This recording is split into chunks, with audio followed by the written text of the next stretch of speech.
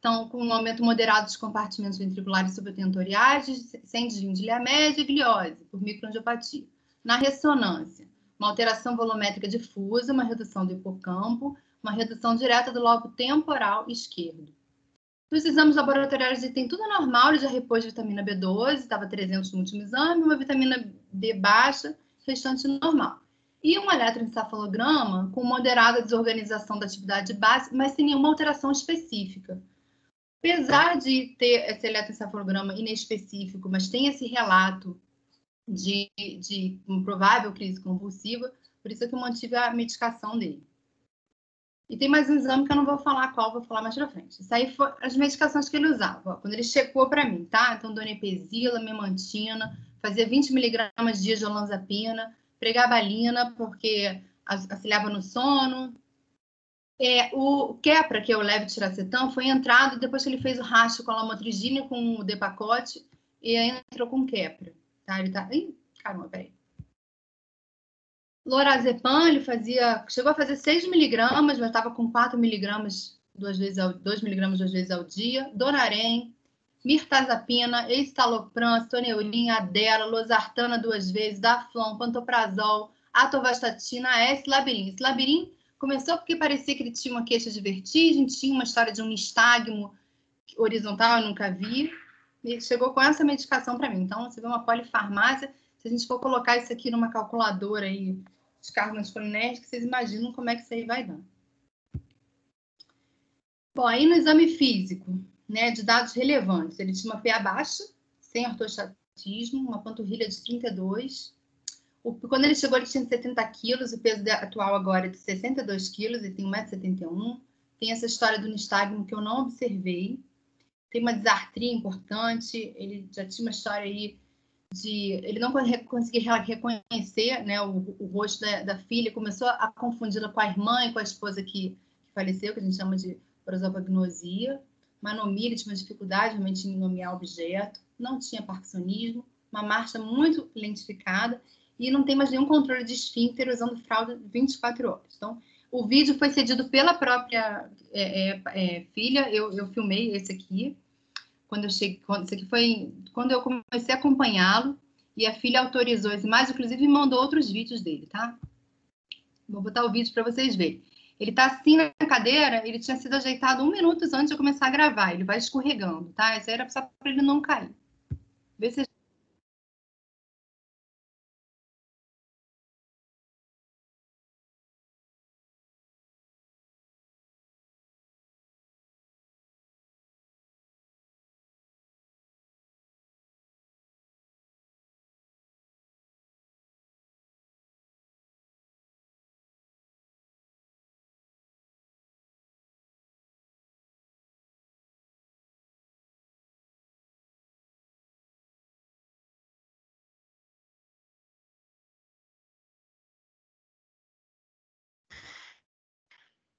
Rê, você gostaria de compartilhar o som?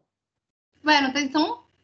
Não, é porque você vai precisar parar de compartilhar e na hora de compartilhar novamente, você tem um botãozinho que você coloca, seleciona ele também, coloca compartilhar som. É só separar. Encerrar a apresentação de slides, é isso? Encerra a apresentação de slides e naquela setinha para cima, quando você compartilha o conteúdo, tem um X. Aí você para de compartilhar o conteúdo, põe um X aí e para de compartilhar o conteúdo. Como é que eu faço? Peraí, gente, eu vou ter que chamar o Zé, não sei fazer isso não. Só para que eu sei que é importante esse som, eu sei que é importante. Peraí, deixa eu chamar o Zé aqui, porque senão eu não sei fazer isso não. Amor, me ajuda lá a compartilhar.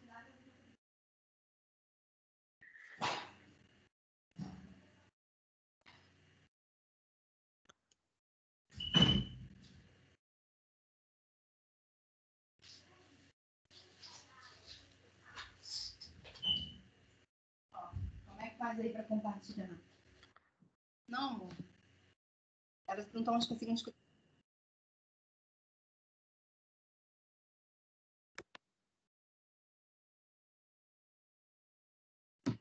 Tá vendo, Dani? Então, você vai parar de compartilhar primeiro, né? No mesmo lugar que você isso, parou de compartilhar. Agora você vai compartilhar de novo, no mesmo lugar, só que tem uma opção, tem um botãozinho aí que você vai clicar compartilhar som também. Na hora que você for selecionar, você pode selecionar, em cima das janelas de opção que você pode compartilhar, tem um botãozinho para você clicar compartilhar som. Então, agora eu volto a compartilhar, peraí. Volta a compartilhar e seleciona também um botão compartilhar som. Pronto. Isso, aí volta a compartilhar sua tela. Peraí. Aí, agora tá compartilhando de novo. Agora, mano, Põe, dá o...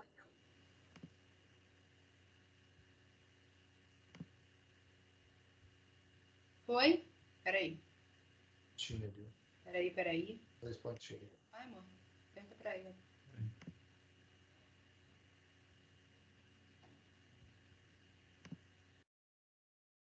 Não, era só apertar naquela hora. Estou vendo outra tela. Era errado. Tem que ver aquela tela de novo. Você já fez isso. O som do computador. Já fez isso. Isso aqui. Agora sim. Vai, aperta o play aí. Aí, agora deu.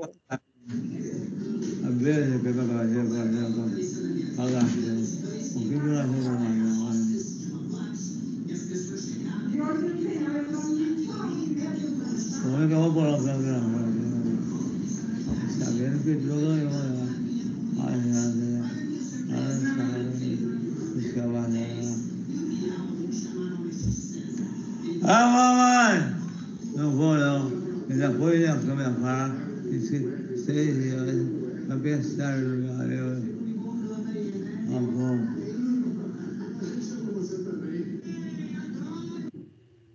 Conseguiram ver? Sim, agora deu certo. Tá. Então, esse foi o paciente que eu comecei a atender. Era assim, né? Então, esse foi um paciente muito frágil, com um distúrbio importante da fala, e ele tinha esse distúrbio importante também de comportamento. Então, se a gente pensar nas síndromes geriátricas do caso, ele tinha praticamente todas as síndromes, ele tinha incapacidade cognitiva, estabilidade postural, aquele bando de medicação que é uma iatrogenia, imobilidade, porque ele não conseguia andar, incontinência, uma insuficiência comunicativa, ele só não tinha uma insuficiência familiar, porque ele tinha 2 filhas bem presentes e que davam muito auxílio. Então, eu fiz uma revisão da hipótese diagnóstica, da minha hipótese diagnóstica, né? Que seria uma demência frontotemporal. E aí eu coloquei aqui para lembrar um pouquinho da demência frontotemporal, que é uma síndrome demencial que vai englobar algumas formas da doença. Então, a gente divide se tem um acometimento mais importante da linguagem ou do comportamento, né? O variante comportamental ou a variante linguagem. Lembrando que a idade média do acometimento é antes dos 65 anos, né? Uma demência pré-senil. E nas demências de início tardio, ela não tem uma prevalência tão expressiva. Ela tem uma expectativa média de 9 anos se ela não tiver associada à doença do neurônio motor, que aí tem uma expectativa menor de 6 anos. Em 40% tem história familiar positiva. Ele tinha uma história de mamãe com quadro demencial, com Alzheimer, não sabia dizer. 10% tem uma herança autossômica dominante. Peraí. Eu não sei se eu falo isso aqui, não sei se eu englobo, mas, por exemplo, toda quadro demencial tem um substrato, né? Do Alzheimer vai ser aquela proteína beta-42, e na DFT a gente tem 3 principais substratos, que a que tem maior é a TDP-43, que vai ter uma associação com a variação comportamental e uma demência semântica. Com a proteína tau, né, que também está associada à variante comportamental. E a menor caso é FUS, né? Lembrando que o Alzheimer é a demência mais prevalente tanto na fase pré-senil quanto depois de 65 anos e de início mais tardio. Então, a maior incidência da DFT entre os 45 e 64 anos, foi aqui que eu escrevi, né? Tem um déficit serotoninérgico importante, então não é indicado medicação anticolinérgica. E a linguagem é aquele grupo que antes era representado pela afasia progressiva primária. Então, ele vai ter a variante gramática, variante semântica e variante logopênica. A variante logopênica, a gente também vê na doença de Alzheimer com comprometimento de linguagem. Então, ela pode ser também caracterizada como Alzheimer atípico, e a única forma, né, o subtipo da demência frontotemporal, que a gente pode usar a anticolinesterase. Então, a DFT comportamental, ela corresponde à maior parte das demências frontotemporais, 50% a 70%. E aí, quando está no circuito ali do lobo frontal, se tiver um acometimento do cíngulo, o paciente vai ter mais apatia e inércia. Se tiver um comprometimento ali, óbito frontolateral, vai ter mais aqueles sintomas de desinibição, agressividade. E comprometimento pré-frontal, dorso lateral, com as funções executivas, né? Planejamento, flexibilidade mental, memória de trabalho. A memória episódica não é afetada, geralmente, e ela vai iniciar com a alteração sutil da cognição social. Então, por exemplo, aqueles comportamentos compulsivos, hiperoralidade, tem uma resposta diminuída aos sentimentos, empatia, um aumento da introversão ou da extroversão, vai ter aqueles comportamentos ritualísticos. Então, deixa eu passar aqui. E a variante linguística, a gente tem um declínio da capacidade linguística, da produção da fala, nomear objeto, disartria, redução da fluência, pode cortar a palavra, prejuízo da evocação, tem um comprometimento da compreensão das palavras e seus significados. E tem muitos pacientes que vão coexistir as duas formas, vão ter uma DFT variante de linguagem junto com o de comportamento. E no tratamento da DFT, a gente vê que nenhuma droga efetiva foi testada e aprovada, não tem indicação de anticolinesterase, de memantina, tem alguns trabalhos pequenos com paroxetina e sertralina, não tem tratamento específico, mas os distúrbios de comportamento se dá preferência aos antidepressivos e aos antipsicóticos. Tem que tomar cuidado com os antipsicóticos, porque alguns têm parkinsonismo. E é muito importante acolher a família, o cuidador, explicar sobre a doença e essas possibilidades terapêuticas que são muito escassas, né? E tem que ter um tratamento não farmacológico junto. Então, vendo tudo isso, o que vocês acham que é o diagnóstico desse caso? Depois de um tempo que eu peguei esse paciente, e conversando com a filha e com a outra filha, eu descobri que esse paciente tinha um líquor. E ele já veio com esse diagnóstico da UFMG. No início eu falei, não, esse paciente não tem isso, né? O que vocês acham que esse paciente tem? Renata, Geraldo está falando. Rogério. Quando você começou a falar o caso, a primeira coisa, eu sei que as demências se confundem, né? E muitas das vezes no anátomo patológico, né? No estudo pós-morte, normalmente coexistem dois tipos de demência, né? É o mais comum, inclusive. Isso. Às vezes tem vascular com Alzheimer, às vezes tem frontotemporal com Parkinson ou com etc, né? Mas quando você começou a falar do distúrbio de comportamento, o primeiro que veio na minha cabeça foi Lewy, né? O corpúsculo de Lewy. Mas não tem nada de parkinsonismo associado? Sim, não tinha, né? Não, nada. Mas eu tô falando até por experiência, assim, pequena que eu tenho, mas eu tive um caso do meu avô na família, que ficou muito parecido com isso, sabe? E era Lewy, sabe, o dele, por isso. Tá. O João, quando você viu o vídeo, que a primeira coisa que você pensou aí, João? Então, quando eu vi o vídeo, a primeira coisa que eu pensei foi DFT mesmo, viu? Só que alguém dá mais? Alguém quer? Não? Então vamos lá. Renata, eu acho que não é, porque senão você não tinha trazido, né? Então, exatamente. Ela me mandou um vídeo. Eu posso ir outra coisa. Então tá bom. Bom, gente, paciente tinha um líquor com Alzheimer. Alzheimer. E aí eu pergunto, será que era uma superposição entre as demências, né? Abrir um quadro aí tão grande com comportamento, com linguagem. Será que era uma demência, então, de Alzheimer pré-senil, né? Aquela que está associada à pré-senilina 1 e 2. E agora o paciente é o quê? Está numa fase avançada da doença de Alzheimer? Provavelmente o paciente iniciou, então, com um transtorno cognitivo leve, né? Que tem o risco de desenvolver demência, né? Eu até peguei aqui 2,3 ao ano, 10% em 4 anos desses transtornos cognitivos leves que se transformam em um quadro demencial. ele tinha uma reserva cognitiva boa, ele tinha uma escolaridade alta. Mas eu fiquei bem impressionada. Para mim, isso era DFT, clássico, assim, DFT. Mas existe aquela variante frontal da DA. Lombopênica, aquela, né, atípica, que eu acho que é o que ele tem. E a DA também, você pega uma parcela aí dos diagnósticos clínicos de DA, de DFT, desculpa, você acha que é DFT, aí você vai fazer a análise neuropatológica, é DA. Pois é. Isso é bem complicado. Pois é. E aí, o que eu fiz? Peguei e comecei a desprescrever. Qual foi o meu tratamento, né? Primeiro, eu achava que era DFT, né? Vou desprescrever tudo isso. Isso não tem indicação. Então, comecei, então, a desprescrição, né? Suspender medicamentos que podem estar causando danos atuais, que são inapropriados, danos futuros, que não oferecem benefício. Desprescrever também significa reduzir dose para ajuste de risco-benefício. E prescrever de forma apropriada também inclui desprescrever. E o principal obstáculo de desprescrição é a inércia prescriptiva. A gente vai, esse paciente já veio de outro colega, está usando esse labrinho aqui, deve ter um motivo, está usando essa medicação aqui, deve ter um motivo, vou manter. Esse é a principal causa de obstáculo para a gente desprescrever. Então, daquelas medicações que ele veio, no início eu desprescrevi donepezila, foi tudo gradativo, tá? Então, desprescrevi a donepezila, inclusive eu achava que aquela retenção urinária dele era uma carga anticolinética enorme, né? Fazendo olanzapina 20, com memantina, com donepezila.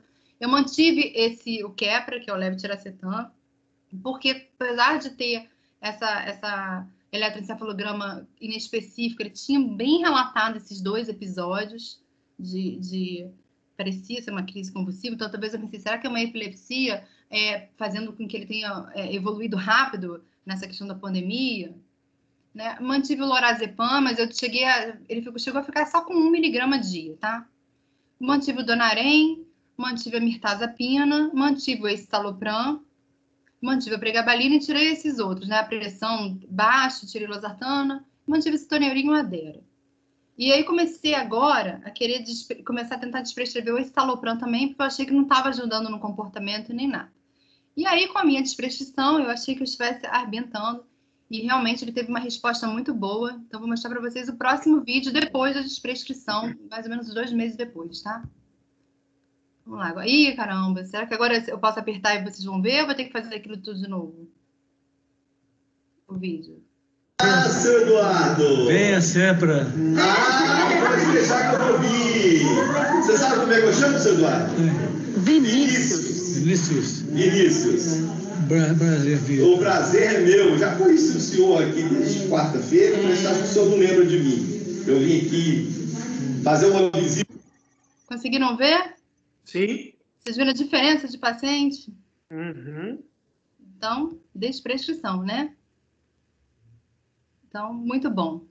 E ele ficou ótimo. E aí... O humor dele tá bom também, né? O humor dele, você viu a fala, ele voltou a andar com auxílio. Ficou ótimo, né? Então, eu pensei... E eu tenho uma dúvida, assim, de ignorância minha mesmo com o manejo dessas medicações, sabe? Porque, assim, o que pensa em deixar o Donarém e mirtazapina em dose baixa, assim? Tipo, não aumentar um, tirar o outro? Na verdade, eu deixei mirtazapina em dose baixa, porque a mirtazapina, quando você usa ele na dose de 15 miligramas, ele tem um efeito maior no sono. E eu queria que tivesse um efeito também orexígeno, porque ele perdeu muito peso, estava recusando alimentação. Então, eu queria que E aí o Donarém também mantém em dose baixa? Eu deixei o Donarém 50 porque ele estava dormindo bem com essa dose e eu não queria mexer, porque ele já estava com o escitalopram como antidepressivo. Porque o Donarém também não estaria na dose de antidepressiva, não, assim, né? Os dois estariam atuando no sono, então por isso que eu pergunto. Sono, porque quando ele chegou tinha ele tinha uma alteração de sono na vigília importante, e por isso eu mantive aí essa dose da mirtazapina para auxiliar também no sono e para ter mais fome. E ele ficou ótimo, vocês estão vendo? Que maravilha. Vou botar até de novo para vocês verem que maravilha. Espera aí. Seu Eduardo! Venha sempre. Pode deixar que eu vou vir. Gente, agora que eu preciso de ajuda. Vocês lembram daquele Eduardo que vocês viram no início do vídeo? Ele tá pior. Ele tá assim, ó, se machucando. Isso aqui ele se jogou da cama, ele tá se ferindo, ele tá puxando a pele. Ele voltou a ter aquele mesmo distúrbio. Não, peraí, então ele passou por um período de melhor e agora piorou de novo? E agora, mais ou menos há 1 mês e meio, ele voltou exatamente aquele vídeo que vocês viram. Ele tá praticamente aquilo ali de novo. Ou seja, eu desprescrevi, fiz aquilo tudo, achei que eu estava arrebentando no manejo. Primeiro eu me ferrei no diagnóstico, né? Que eu falei, esse povo da UFMG vem com o diagnóstico de Alzheimer e me trazem um líquido. E aí, depois eu desprescrevi tudo, achei que eu estivesse arrebentando no manejo. E ele tá assim, gente. O que eu faço agora? Renato, olha só. A primeira coisa que veio na minha cabeça, como ele estava com excesso de droga, provavelmente ele estava impregnado, né? Você vê até o rosto dele e tal. Provavelmente ele foi depurando essas drogas, né? Você foi desmamando, ele foi depurando. Chegou numa fase entre o máximo que ele estava e o mínimo que ele está agora, que ele ficou a fase ótima. Isso. E provavelmente agora ele voltou a piorar por queda de alguma droga, porque ele foi depurando. Ele ficou bem durante quanto tempo? Ele ficou bem uns 3 meses, mais ou menos. Ele ficou bem... Eu comecei a desprescrever em outubro, aí mais ou menos janeiro, fevereiro, março, ele ficou bem. A função renal e hepática normal? Normal, tudo normal. Tem uma creatina de 0,7, função hepática normal, colhe sangue de novo.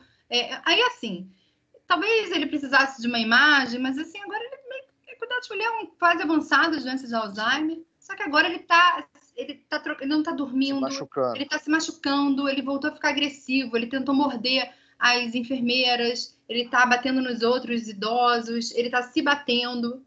E aí agora... Ô, Renata, rapidinho, me recorda agora, ele tá com algum anticolinesterásico? Não? Tirou tudo? Então, aí, não, eu tirei, eu tinha tirado, aí agora eu ia reintroduzir a memantina para ele pensando em distúrbio de comportamento. Ele tem condição de usar Exelon PET? Não, ele tava com a donepezila, as tiras não conseguem comprar. Entendi.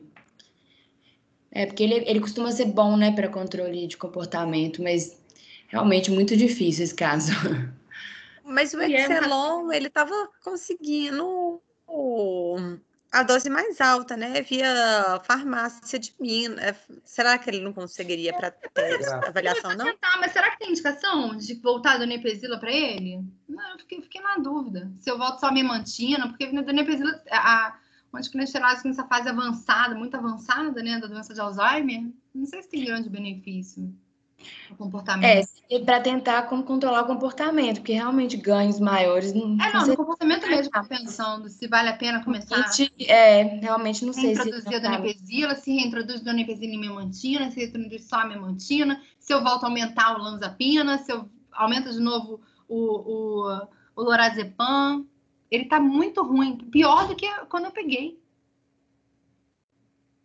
Então, é muito tênue essa linha dele de... Agora, assim, ele tá urinando espontaneamente, não fez mais vestigoma, né? Mas, assim, agora eu não consigo alimentar ele direito, porque ele fica alternando apatia com agressividade de ficar 48 horas sem dormir. Desesperador, assim. Chamaram até a polícia dos vizinhos lá da ILPI, porque estão falando que ele não para de gritar. Ele fica falando mamãe, gritando, ai, mamãe, mamãe, direto.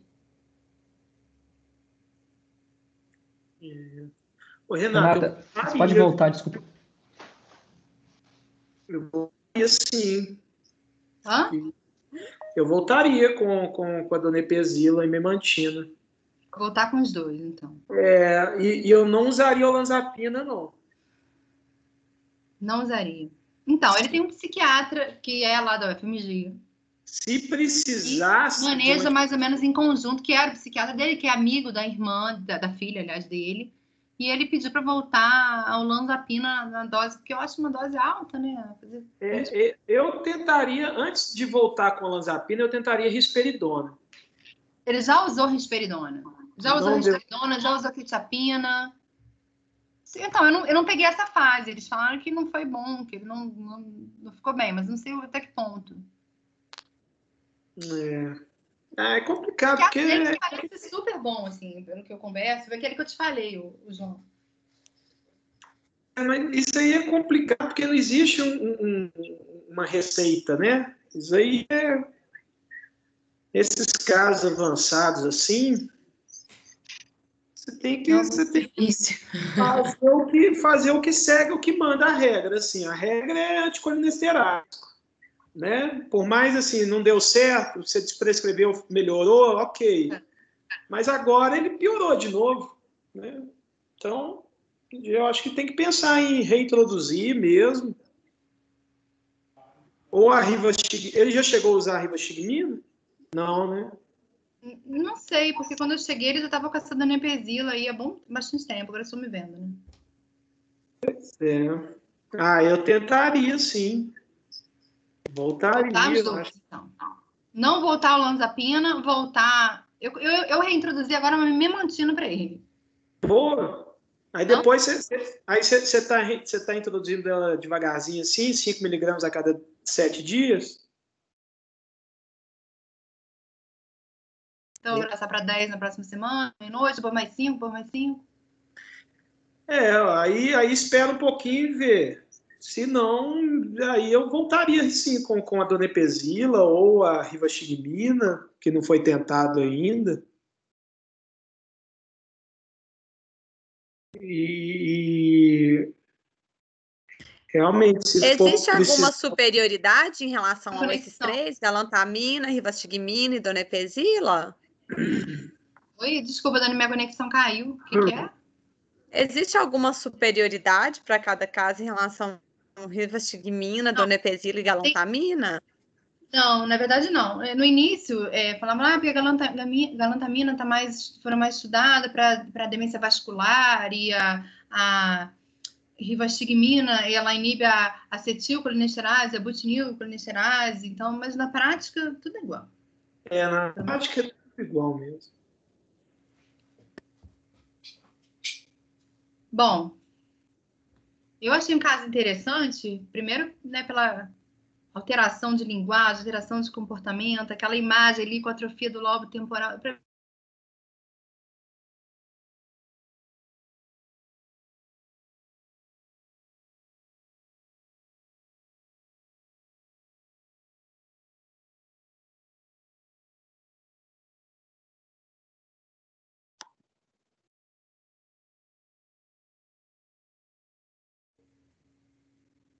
Ai, voltou. Minha conexão tá caindo aqui. E eu achei interessantíssimo como ele ficou muito bem depois que ele fez. Era outro paciente, ele andava, ele cantava, na musicoterapia ele participava, ele batia palma. Era outro paciente. Falei, nossa, eu arrebentei nessa conduta. Falei, mas eu arrasei muito, eu tirei tudo, o paciente está maravilhoso. E não, ele tá pior.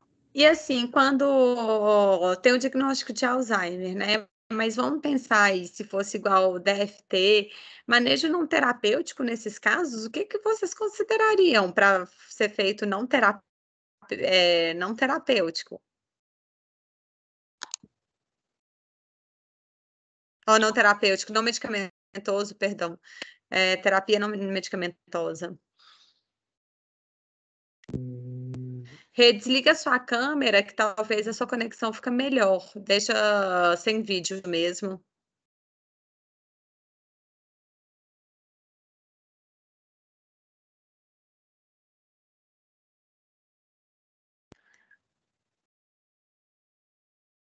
Gente, vocês estão me ouvindo? Tô. Acho que é a Renata que travou mesmo, né? Eu acho que sim. Tem alguém a mais que tem alguma experiência nisso aí? Laila, Estevam, os meninos aí da equipe multi que já vê a terapia não medicamentosa, da enfermagem, que pode trazer alguma experiência?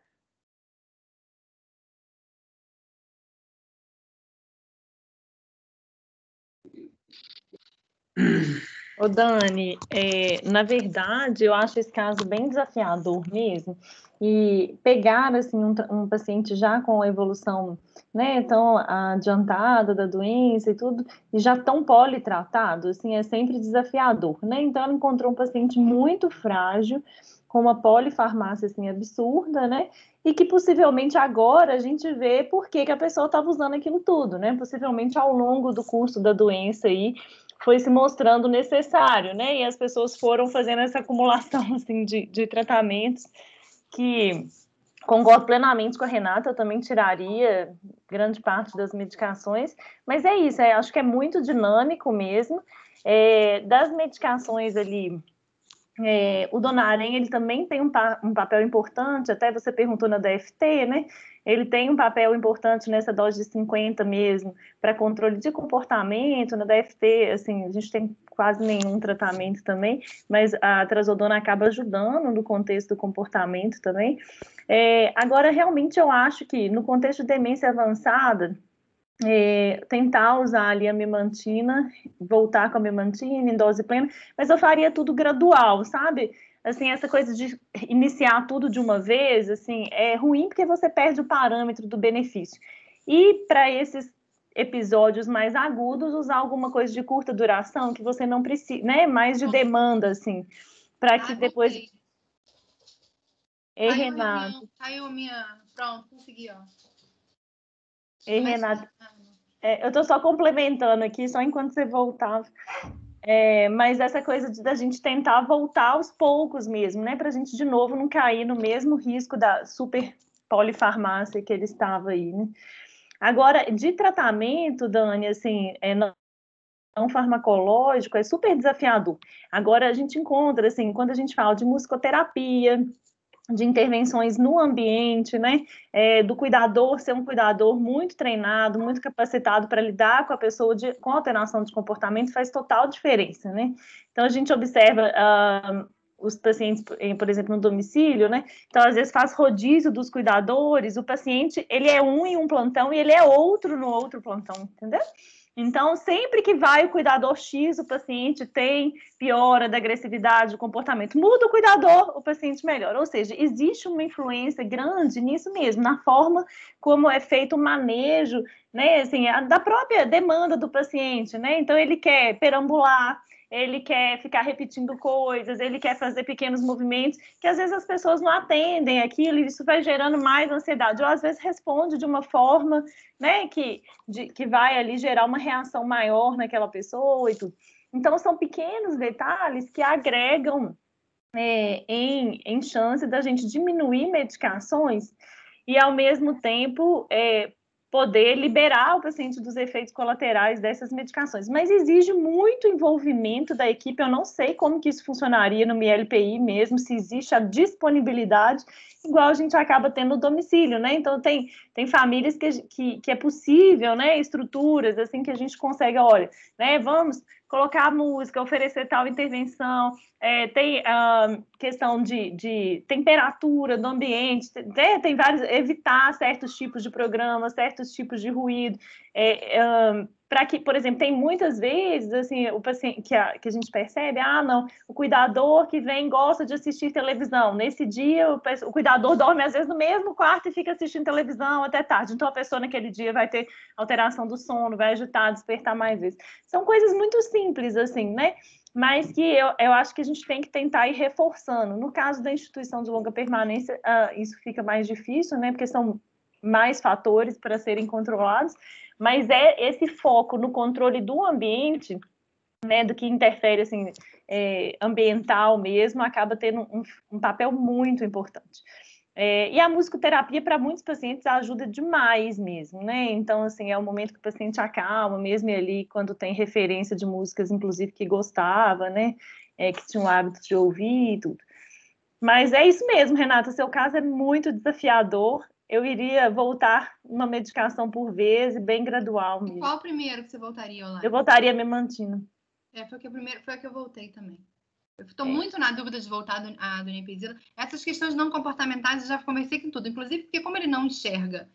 Então, isso é mais um fator desafiador, né? Um paciente que não enxerga. Então, qualquer ruído ele escuta mais. Eu pedi para levar o sol também, para saber que é dia, né? Para estimular aquela melatonina da noite, para tentar melhorar aquela questão do sono vigília, questão dos ruídos. Mas uma LPI, que tem outros demenciados, que tem outros gritos, que tem várias pessoas circulando, e está na pandemia, então os filhos não estão podendo entrar. Você imagina, tá caótico. Pois é, para ele é um contexto nada favorável, né? Assim, o ambiente, o contexto não está favorecendo o controle não medicamentoso, né? Então, assim, acho que infelizmente vai precisar de mais medicação, pelo menos até a memantina conseguir começar a fazer efeito, né? talvez voltar aí algum antipsicótico mesmo. Eu já voltei ao olanzapina, eu voltei 5 de 12 em 12. Comecei com 5 e voltei 5 de 12 em 12 e voltei a memantina. Assim, eu e o João temos alguns pacientes em parceria lá na clínica, né, João, com muito transtorno de comportamento, e alguns deles, e até domiciliar, assim, o aripiprazol, não sei se você já usou, mas é uma medicação boa também, né, para a gente poder ajudar no controle de comportamento de alguns pacientes. Não é sempre, né, mas por ser mais caro, inclusive, né, um custo maior, mas muitos pacientes acabam tendo boa resposta e a gente consegue depois prescrever vários quando a gente usa o aripiprazol, né. É claro que não é primeira escolha, né, mas acho que é uma coisa para você pensar, assim, a médio prazo, se isso tudo não funcionar, eu tentaria depois ir retirar. Trocar a olanzapina pelo Aristab, né? Eu tentaria, sabe, depois. Se nada disso funcionar, eu tentaria reduzir de novo e começar o aripiprazol aos poucos e tentar a menor dose possível, né? E, bom, o Donarém vocês manteriam, né? Eu manteria o Donarém. A mirtazapina, eu entendi o seu raciocínio, eu concordo em partes também, mas eu concordo com a Dani ao mesmo tempo que se a questão do humor não for tão significativa, assim, eu tentaria ir tirando aos poucos também, sabe? Então, o escitalopram era uma coisa que eu queria começar a tentar tirar. Eu não tô vendo, assim, muito benefício de ficar mantendo o escitalopram. Eu tiraria também. Eu já comecei até a passar para gota e tô tirando uma gota por dia, na verdade. Renata? Oi. Eu queria falar um pouquinho também. Não sei quem. É Renata, psiquiatra. Oi, Renata. A Laila falou da trazodona e eu iria sugerir, não sei se ele já corrigiu a questão do sono depois que você reintroduziu a olanzapina, mas eu julgo a questão do sono como muito importante, assim. Nos pacientes nossos psiquiátricos que entram em crise, quando eles começam a trocar o sono do dia pela noite, eu gosto muito de corrigir a questão do sono primeiro, que eu acho que se ele tem um sono de qualidade, ele tem um dia de mais qualidade. Eu sugeriria um aumento da trazodona, talvez a de liberação prolongada, chegar até uns 150, eu acho que pode interferir positivamente no comportamento dele durante o dia e num sono mais, né, com a estrutura que a gente deseja que o paciente tenha, né? Mas aí você aumentando e fazendo esse retardo, você não vai diminuir, você não vai aumentar a dose antidepressiva? Na verdade? Sim, mas também tem efeito sobre ansiedade, sobre inquietação e um sono de qualidade. Você falou que ele voltou a ficar insônia, não foi? Foi. Eu não sei, eu tentaria um aumento da trazodona, sabe? Sugestão aí, não sei o que o João acha. Porque aí talvez, como tem uma dose antidepressiva, daria para tirar o escitalopram, igual você está pensando, né? E aí também tiraria outra, a droga, acumularia outra. Não sei. Eu acho que o escitalopram estava lá, na verdade, até também pensando em distúrbios de comportamento, sintoma comportamental da demência, pensando em DFT, né? Porque não tem nada que eu pensava que era DFT. Ai, gente, difícil, viu? O paciente está sofrendo demais, muito sofrimento. E quando eu achei que ele tinha, eu falei, poxa, desprescrevi isso, era só iatrogenir e tá ótimo. Mas não é, né? Porque agora ele tá péssimo, tá pior do que quando ele tava... Quer dizer, não sei o que ele pode dizer pior, né? Porque antes ele ainda ficava naquilo ali, mas não se machucava, agora ele tá se machucando. Ô, Renata, é a Rafa, enfermeira. Oi, Rafa. Assim, eu ia comentar justamente isso, né? Eu acho que o tratamento não farmacológico, eu sou super a favor, né? Ainda mais como enfermeira, especialista na saúde de idoso, a gente é super a favor disso e a gente sempre tenta realmente organizar a casa junto com os familiares. Quando se trata de LPI, né? Eu já trabalhei em uma também. Isso é ainda mais difícil, né? Então, mas por outro lado, a questão da rotina, né? Que é algo que a gente sempre tenta colocar para os pacientes com quadro demencial. Na ILPI, isso é muito estruturado. Então, tem estruturas e estruturas de instituição, né? Tem condições financeiras de cada familiar, então tem possibilidade, às vezes, de um cuidador exclusivo, né? Na instituição mesmo que eu trabalhei, esses casos de alterações comportamentais maiores que a gente queria prescrever e queria fazer o tratamento não farmacológico, a gente sugeria isso para os familiares e às vezes alguns tinham condição de colocar, mas eu acho que quando começa a piorar demais a qualidade de vida, né, e ter riscos para o paciente, como está acontecendo, eu também acho que a terapia medicamentosa ela vem a ser uma opção mesmo, porque se a gente ficar só no não farmacológico, a gente pode ter agravos ainda maiores, né, e prejuízos graves para o paciente mesmo, para os cuidadores e para o contexto da instituição. Então, ainda mais, eu ia até falar sobre espelhos, essas situações, mas como no caso desse paciente, né, ele não enxerga, isso não seria do espelho, enfim, não seria uma possibilidade. Mas o fato de não enxergar é um agravante, né, de perturbação mesmo.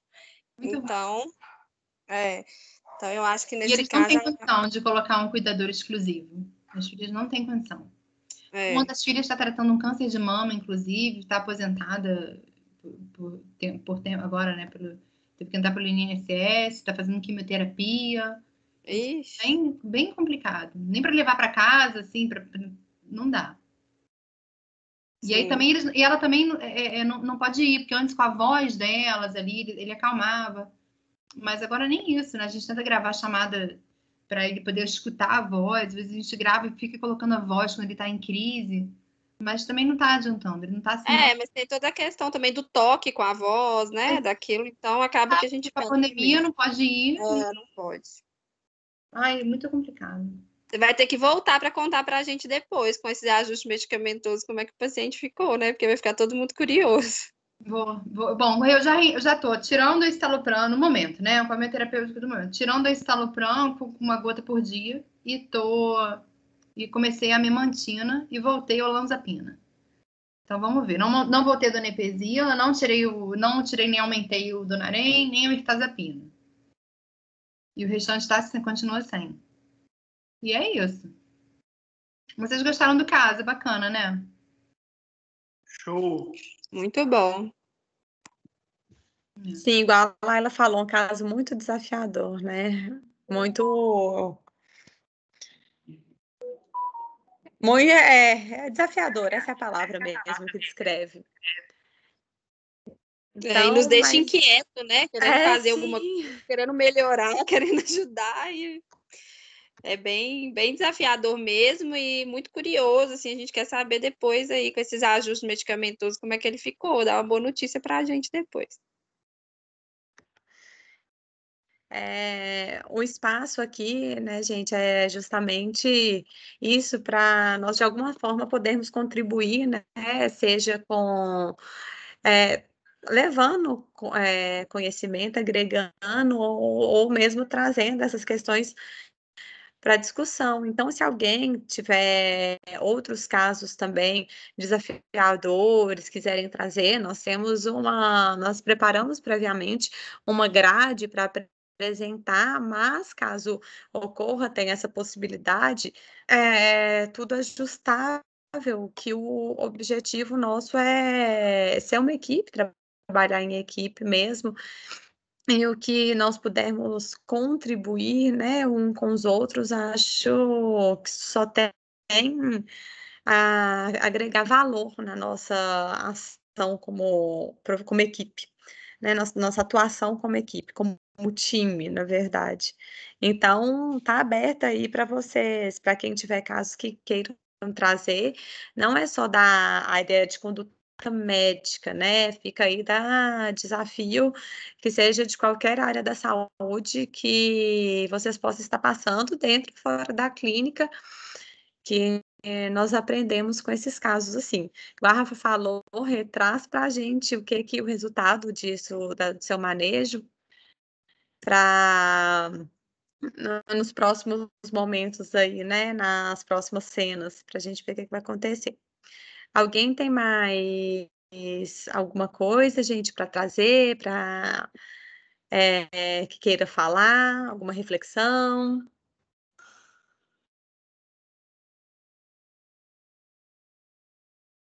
Ô, Renata, é porque eu recordei enquanto a gente concluía aqui, eu tive uma paciente recente com muita alteração de comportamento, e na teoria os dentes dela estavam bons, assim, em bom estado, né? O que a gente via, assim, na avaliação.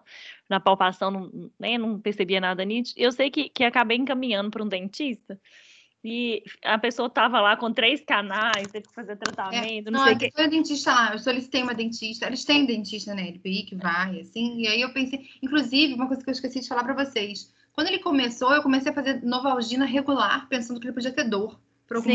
Sim. E ele não melhorou nada. No início, eu falei, gente, acho que ele pode ter dor. Ele não estava constipado, ele não tinha nada, eu mandei a dentista lá, ele não tinha nada que pudesse pois é. uma dor. Comecei uma Novalgina regular, né? Aí eu falei assim, gente, será que ele tá com dor? Porque ele gritava muito. Ai, mamãe, eu fiz um dia Novalgina com um Tramal para fazer um teste terapêutico em 24 horas, ele continuou igual, aí eu tirei. Pois é isso.